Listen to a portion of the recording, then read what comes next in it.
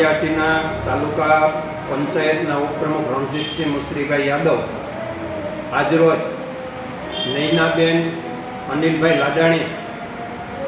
તાલુકા પંચાયતના પ્રમુખ છેલ્લા ઓગસ્ટ મહિનાથી તાલુકા પંચાયતની અંદર કામગીરી કરતા નથી, તાલુકા પંચાયતની ઓફિસે પણ આવતા નથી, જેમના અસંતોષના કારણોસર અમારા માળિયાહાટીના તાલુકા પંચાયતના 20 સદસ્ય શ્રીઓમાંથી 17 સદસ્ય શ્રીઓ દ્વારા અવિશ્વાસની દરખાસ્ત આજરોજ પ્રસાર કરવામાં આવી છે અને માળિયાહાટીના તાલુકા વિકાસ અધિકારી શ્રી પાવરા સાહેબને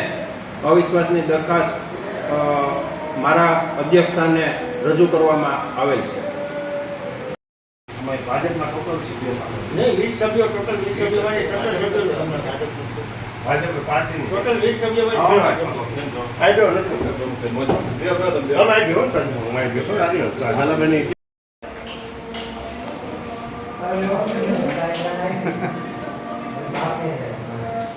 નામ